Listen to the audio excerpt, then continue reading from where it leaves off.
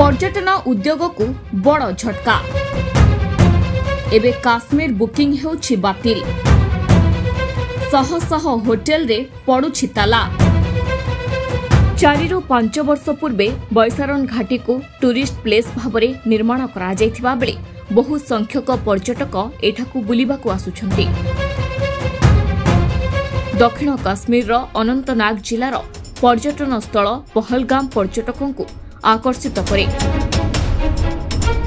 एही जागा एते सुंदर जे एहाकू मिनी स्विट्जरलैंड बोली कहा जाए। एही जागार सुंदर पहाड़, घास भूमि, पानीर कुळुकुळु नाद, पाइन जंगल पर्यटकों मन मुहे। एही अनन्य दृश्य को उपभोग करने एठारे पर्यटकों भीड़ जमे। स्थान को जीवाकू हेले कौनसी गाड़ी व्यवस्था नहीं, कारण एठारे जानवाहन निषेध। घोड़ा चढ़ी किंबा पादरे चली चली जीवाकू हुए। शीत दिने एही स्थान रे बरफ जमी जाए, जहा आहुरी सुंदर लगे।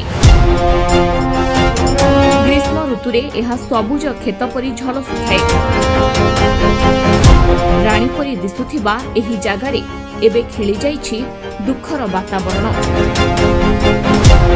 प्राय 1 दशंधिर प्रयास परे काश्मीर अर्थनीति पुणी थरे ट्राक को फेरिथिला। गत 3 आर्थिक वर्ष रे रेकर्ड होइथिबा प्रकृत अभिवृद्धि हार एहा पूर्वरु 1 दशंधिरु अधिक समय मध्यरे केबे देखा जाय नथिला। किंतु पहलगाम रे होइथिबा बर्बर आतंकवादी आक्रमण परे सबुकिछि बदली जाइछे। पृथ्वीर भूस्वर्ग कुहाजाउथिबा काश्मीर प्राकृतिक सौंदर्य देखिबाकू देश विदेशर पर्यटक भिड़ जमांती। वर्षा ऋतु को छाड़ी देबा परे अन्य समस्त ऋतुरे एठाकू आसंती पर्यटक आउ सुंदरी काश्मीर सौंदर्य रे मतवाला होई उठंती। धारा 370 उच्छेद परे प्रतिदिन एठाकू लक्षाधिक लोकंक सुओ छुटुथिला। हेले पहलगाम आतंकवादी आक्रमण निरीहंक रक्तरे रक्तरंजित होई जाइछि घाटीर माटी। प्राय 1 दशंधिर प्रयास परे काश्मीर अर्थनीति पुणी थरे ट्राक को फेरिथिला। गत 3 आर्थिक वर्ष रे रेकर्ड होइथिबा प्रकृत अभिवृद्धि हार एहा पूर्वरु 1 दशंधिरु अधिक समय मध्यरे केबे देखा जाउ नथिला। किंतु पहलगाम रे होइथिबा बर्बर आतंकवादी आक्रमण सबुकिछि बदलाई दैछि। एबे हातढारी डाकुछि काश्मीर, हेले केही जीवाकू नाराज। अर्थनीतिर समस्त सूचक रेड सिग्नाल देउछि। गत 5-6 वर्ष मध्यरे विशेषकरी काश्मीर घाटी रे आतंकवादी आक्रमण घटना रे ह्रास देखिबाकू मिलिथिला। फलरे एहा अर्थनैतिक अभिवृद्धि हार को त्वरान्वित करिबारे बहुत सहायता करुथिला। गत 3टी आर्थिक वर्ष मध्यरु 2टी रे एहा जातीय हार को मध्य अतिक्रम करिछि।